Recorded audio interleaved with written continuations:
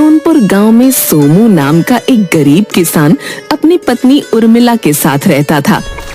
सोमू और उर्मिला बहुत ही मेहनती और ईमानदार थे।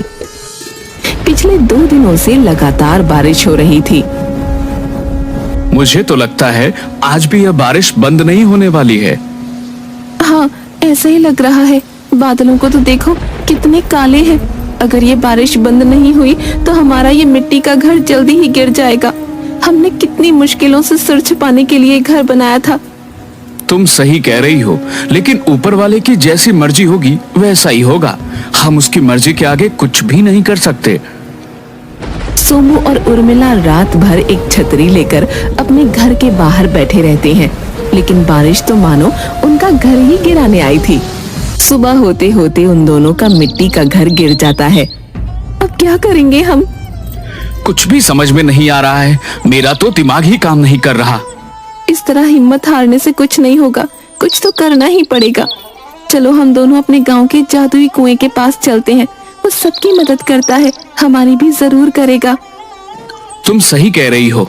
उस जादुई कुएं ने गांव में कितने ही लोगों की मदद की है। वह हमारी भी मदद जरूर करेगा। सोनपुर गांव में एक जादुई कुआं था। उस कुएं का पानी बहुत ही साफ और मीठा था। उस कुएं में बहुत सारे हीरे थे। जब भी कोई गांव वाला उस कुएं से अपनी परेशानी बताता तो वो कुआं एक हीरा निकालकर उस गांव वाले को दे देता और उनकी मदद करता। सोमू और उर्मिला कुएं के पास जाते हैं।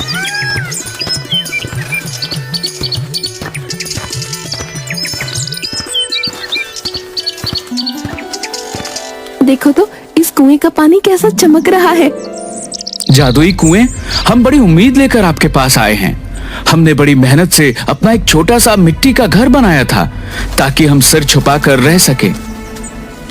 लेकिन कल रात बारिश की वजह से हमारा वह मिट्टी का घर टूट गया। तुम गांव में सबकी मदद करते हो। हम बड़ी उम्मीद लेकर तुम्हारे पास आए हैं। तुम हमारी भी मदद कर दो। तुम दुखी मत हो सोमू। मैं जानता हूं कि तुम दोनों बहुत ही मेहनती और ईमानदार हो। मुझे तुम्हारी मदद करके बहुत खुशी मिलेगी। अब तुम कुएं पर रखी बाल्टी को मेरे अंदर डालो और एक हीरा ले लो। सोमू और उर्मिला वैसा ही करते हैं।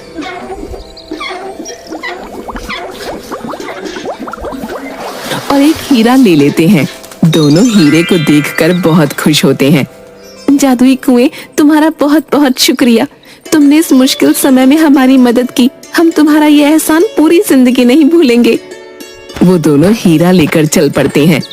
गांव के लोगों की मदद करना कुएं को बहुत अच्छा लगता था और गांव वाले उस कुएं से बहुत प्यार करते थे। मैं सोच रहा हूँ कि इस हीरे को बेचने शहर चला जाऊं। वहाँ मुझे इसके अच्छे पैसे मिल जाएंगे। तुम बिल्कुल ठीक सोच रहे हो। एक काम करो, शहर में तुम्हारे चाचा जी का बेटा रहता है ना, उसके घर चले जाओ। वो जरूर किसी अच्छी जगह पर इस हीरे का सौदा करवा देगा। मैं अभी निकल जाता हूँ ताकि कल सुबह तक हीरे का सौदा करके पैसे लेकर समय से वापस आ जाऊं। ठीक है, तुम अभी शहर के लिए निकल जाओ। सोमू शहर में रहने वाले अपने चचेरे भाई नंदू के घर जाता है।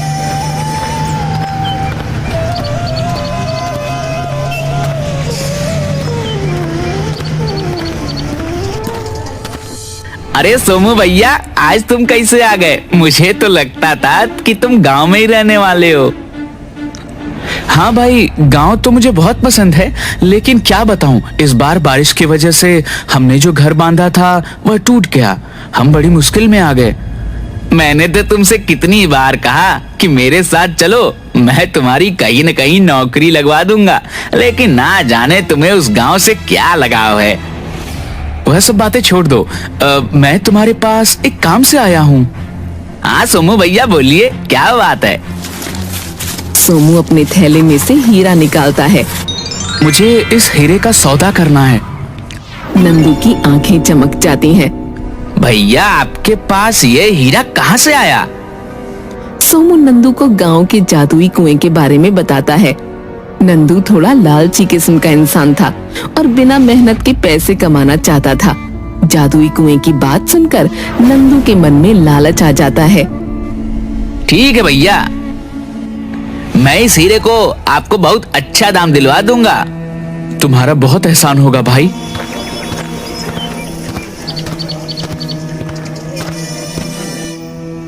नंदू सोमू को हीरे के अच्छे दाम दिलवा देता है और सोमू गांव के लिए वापस निकल पड़ता है। सोमू को देखकर, आ गए तुम, हो गया हीरे का सौदा? हाँ, नंदू की वजह से हीरे के बहुत अच्छे दाम मिले मुझे। अब जल्दी से अपना घर बनवा लेते हैं। घर नहीं, पक्का घर बनवा लेते हैं। हीरे बेचकर जो पैसे मिले थे, सोमू उससे अपने लिए घर बनवाता है और बाकी के पैसों से वो अपने घर में ही एक छोटी सी दुकान खोल लेता है। सोमू खेतों में काम करता और उर्मिला दुकान संभालती। आज मैं खेतों से जल्दी वापस आ जाऊंगा और फिर हम जल्दी दुकान बंद करके जादुई कुएं को धन्यवाद बोलने चलेंगे। अगर जादुई कुएं ने समय पर हमारी मदद नहीं की होती तो न जाने हमारा क्या होता। वह जादुई कुआं गांव वालों के लिए वरदान है। वह हमेशा सबकी मदद करता है। तभी तो गांव के लोग भी कुएं को इतना प्यार करते हैं, उसका इतना ध्यान रखते हैं। घर के बाहर से किसी की आवाज आती है। सोमू भैया, सोमू भैया, कहाँ हैं आप? अरे नंदू, आओ आओ, कैसे हो भाई? बस भैया सब ठीक है, सोचा आपसे और भाभी से मिल लेता हूँ। बहुत अच्छा किया नंदू भैया, हमने तो आपको कितनी बार बुलाया। हाँ भाभी, क्या करूँ, समय नहीं मिलता, लेकिन इस बार सोमू भैया से मिलकर सोच ही लिया था कि गांव जाकर आऊंगा। नंदू, तुम्हारे साथ ये कौन है? भैया, ये मेरा बहुत अच्छा मित्र कुणाल है। यह शहर में ही मेरे साथ नौकरी करता है। फिर तो ये हमारे लिए तुम्हारे जैसा ही हुआ। जी भैया, आपने बिल्कुल सही कहा। अरे तुम लोग बैठकर बातें करो, मैं कुछ खाने को लाती हूँ। उर्मिला सबके लिए चाय नाश्ता लेकर आती है और वो तीनों बैठकर बातें कर रहे होते हैं। सोमू भैया, हीरे का सौदा करने के बाद आपकी स्थिति तो काफी सुधर गई लगती है। हाँ भाई, ये सब हमारे जादुई कुएं और तुम्हारी वजह से हुआ है। नहीं भैया, जादुई कुएं ने आपको हीरा नहीं दिया होता तो मैं क्या कर सकता था। हाँ भाई, वह जादुई कुआं तो हमारे गांव के लिए वरदान है। वह हमेशा सबकी मदद करता है। जादुई कुआं? आप लोग ये क्या बातें कर रहे हैं, मुझे कुछ समझ नहीं आ रहा। हाँ दोस्त, इस गांव में एक जादुई कुआं है जिसमें बहुत सारे हीरे हैं। अगर कोई गांव वाला अपनी परेशानी लेकर कुएं के पास जाता है तो वह कुआं उसकी मदद के लिए एक हीरा निकाल कर देता है। यह क्या बकवास कर रहे हो तुम? मैं नहीं मानता इन बातों को। मैं सही कह रहा हूँ दोस्त, यकीन नहीं हो तो सोमू भैया से पूछ लो। हाँ कुणाल, नंदू सही कह रहा है। वह कुआं हमारे गांव के लिए वरदान है। वह हमेशा हम गांव वालों की मदद करता आया है। यह सब अंधविश्वास मैं नहीं मानता। भैया, क्या आप हमें वह कुआं दिखा सकते हैं? क्योंकि मुझे नहीं लगता कि कुणाल बिना कुएं को देखे हमारी बात पर यकीन करेगा। भोला सोमू नंदू और कुणाल की बातों में आ जाता है और उन्हें लेकर वो जादुई कुएं के पास जाता है।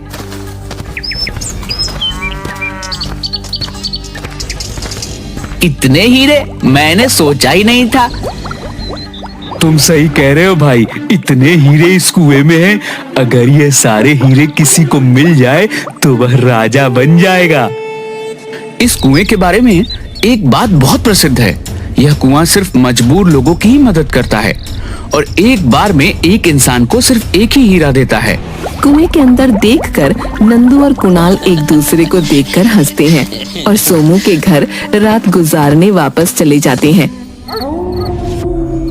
रात को सोमू और उर्मिला के सोने के बाद नंदू और कुणाल जादुई कुएं के पास जाते हैं।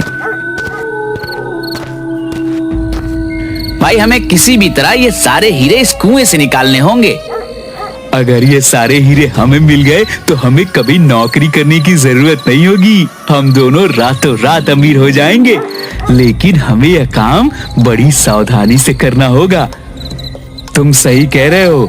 चलो अब हम वापस चलते हैं और कल रात को सीधा शहर से गाड़ी लेकर आएंगे और रातों रात ये सारे हीरे निकाल कर वापस लौट जाएंगे। किसी को हम पर शक भी नहीं होगा। ठीक कहा तुमने। कल सुबह हम शहर जाने के लिए यहाँ से निकल पड़ते हैं। सबको लगेगा कि हम लोग तो वापस चले गए और किसी को हम पर शक भी नहीं होगा। कुणाल और नंदू दूसरे दिन सुबह शहर के लिए निकल जाते हैं और रात होते होते एक गाड़ी लेकर गांव के बाहर इंतजार करते हैं। देर रात दोनों जादुई कुएं के पास जाते हैं। भाई नंदू, तुम बोरे को पकड़ कर रखो और मैं इस बाल्टी से हीरे निकाल कर डालता जाता हूँ। नंदू और कुणाल जादुई कुएं की कोई बात नहीं सुनते और बाल्टी भर भर कर हीरे कुएं में से बाहर निकालने लगते हैं। जैसे ही बाल्टी कुएं से बाहर आती है, सारे हीरे गायब हो जाते हैं और सिर्फ पत्थर बचते हैं। ये क्या हो गया? हीरे कहाँ गए? बाल्टी में तो थे, लेकिन अब नहीं है। दोनों कुएं के अंदर देखते हैं। ये कुआं तो सूख गया। अब ना तो इसमें पानी है और ना ही हीरे दिख रहे हैं। यहाँ तो सिर्फ मिट्टी और पत्थर ही दिख रहे हैं। चलो जल्दी यहाँ से भाग जाते हैं। अगर किसी गांव वाले ने हमें यहाँ देख लिया तो ना जाने हमारा क्या करेंगे। दोनों वहाँ से भाग जाते हैं। थोड़ी दूर पहुँचने के बाद ही अचानक से नंदू चिल्लाता है, कुणाल भाई, मुझे कुछ नहीं दिख रहा है। अरे तुम कहाँ हो?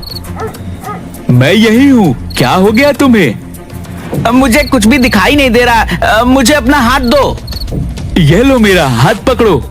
कुणाल अपना दाहिना हाथ नंदू की तरफ बढ़ाने की कोशिश करता है, लेकिन उसका हाथ उठता ही नहीं। अरे नंदू, मेरा दाहिना हाथ काम नहीं कर रहा है। मुझे तो लगता है हमारे पापों की सजा मिल गई। तुम ठीक कह रहे हो।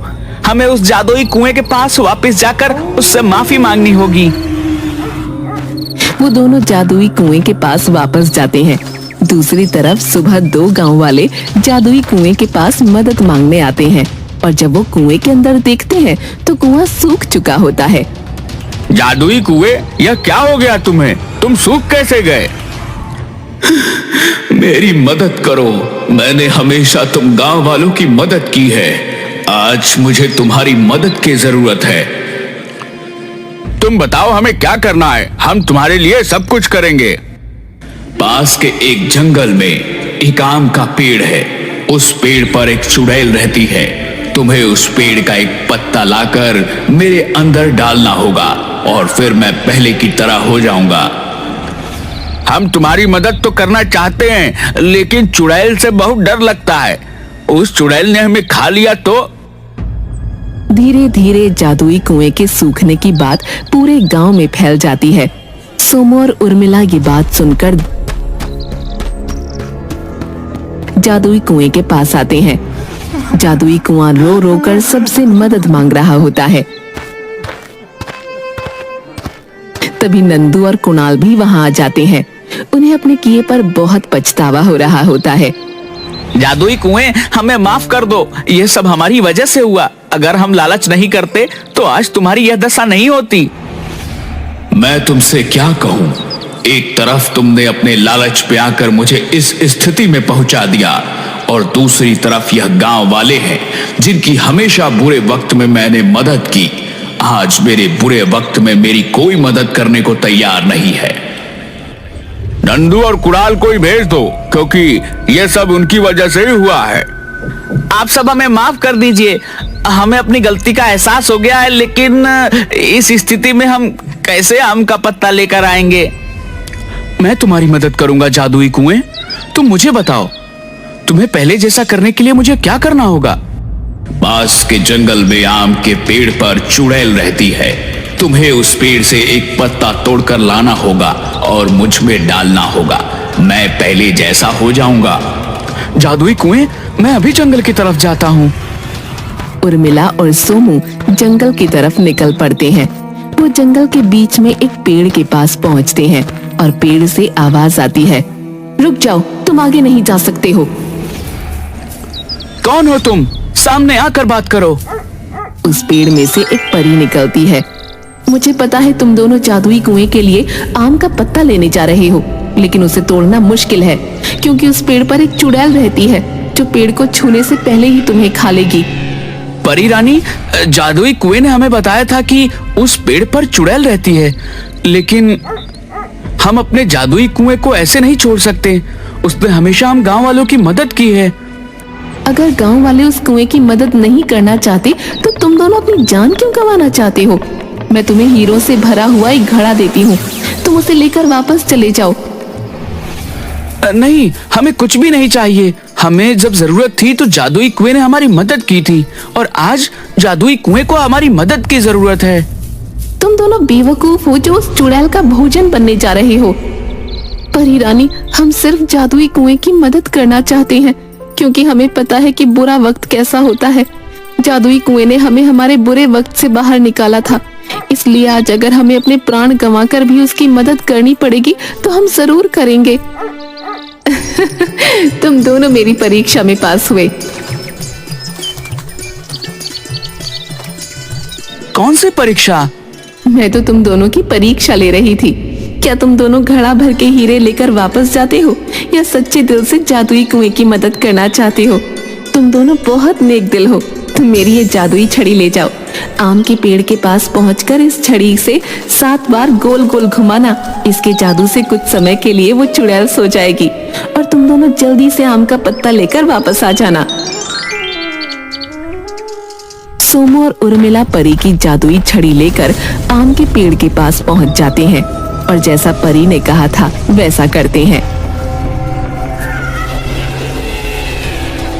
जल्दी से आम का एक पत्ता लेकर वो वहां से वापस परी के पास आ जाते हैं।